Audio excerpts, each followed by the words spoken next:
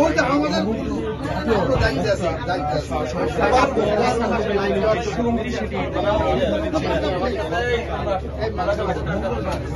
আর কোন রিপোর্টার আপনার কেউ ঢুকবে এখন আসেন, একটু পরে আসেন, মিডিয়ার ভাইরা একটু পরে আসেন। অফিসিয়াল ক্যামেরাটা আসে, অফিসিয়াল ক্যামেরাটা আসেন, পরে আসেন।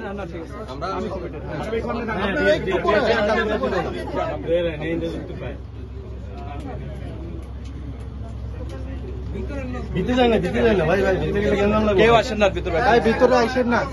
আরে ও বিশেষ করে সবাই ঢুকছে ভাই, কেন আমরা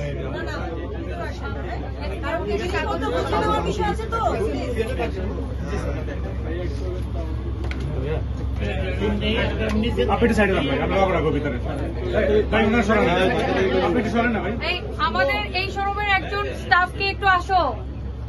ফাইম ভাই, এই শোরুমে স্টাফ একজন। আচ্ছা, আমাদের এই সাদদেরকে একটু আসতে দিন।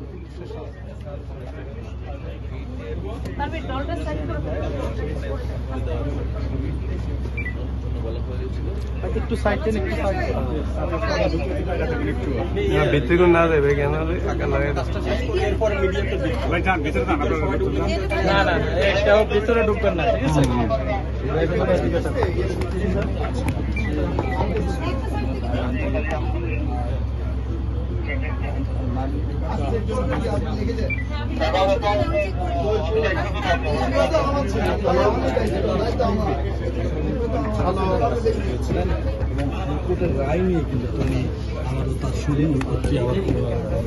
শুভ সকাল। আমি বিকাশ চন্দ্র দাস, উপপরিচালক, জাতীয় ভোক্তা অধিকার সংরক্ষণ অধিদপ্তর, ঢাকা বিভাগীয় কার্যালয়ে কাজ করছি। আমাদের আজকে এখানে উপস্থিত রয়েছেন আমার দুইজন সহকর্মী, ফাহমিনা আক্তার সহকারী পরিচালক, ইন্দ্রাণী রায় সহকারী পরিচালক। উপস্থিত আছেন এই মার্কেটের সাধারণ সম্পাদক জনাব হাসান সাহেব আছেন, আর সানবিজ বাই তনির যে স্বত্বাধিকারী মিসেস রোবাইয়া ফাতেমা তনি উপস্থিত রয়েছেন। আপনারা নিশ্চয় অবগত আছেন যে গত 13ই মে 2024 তারিখে জাতীয় ভোক্তা অধিকার সংরক্ষণ অধিদপ্তর একটা টিম এখানে এসেছিলেন। একজন অভিযোগকারী, সানবিজ বাই তনির একজন ক্রেতা অভিযোগ করেছেন উনি পাকিস্তানি পোশাক বলে বিক্রয় করেছেন, কিন্তু বাস্তবে সেটা পাকিস্তানি পোশাক নয়। এই মর্মে একটা অভিযোগ করেছেন ভোক্তা অধিকার সংরক্ষণ অধিদপ্তরে। সেই প্রেক্ষিতে একটা টিম এখানে এসেছিলেন এবং বিভিন্ন এখানে বেশ কিছু অ্যানোমালিজ পেয়েছেন সেখানে, যে পাকিস্তানি পোশাকের সপক্ষে কোনো তথ্য প্রমাণ বা দালিলিক প্রমাণাদি উনি প্রদর্শন করতে পারেননি।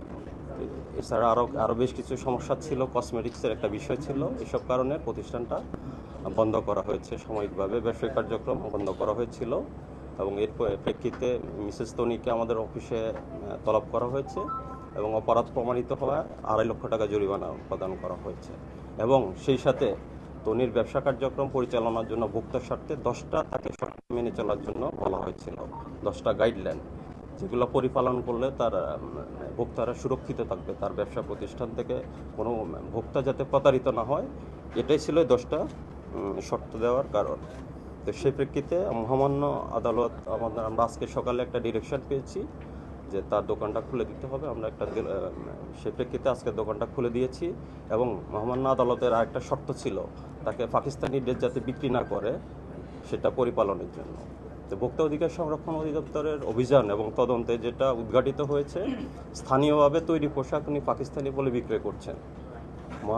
মহামান্য আদালতও এই জন্য হয়তো বা পাকিস্তানি ড্রেস বিক্রি সাময়িকভাবে বন্ধ রাখার জন্য বলেছেন।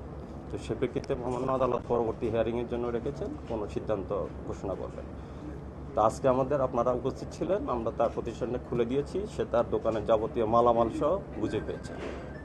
আচ্ছা, একটা বিষয় আমরা জানি যে 10 তারিখ হাইকোর্ট যে আদেশটা দিয়েছে দোকানটা খুলে দেওয়ার জন্য, আজকে 12 তারিখ, 2 দিন পরে এসে কেন? আমি অলরেডি আপনাকে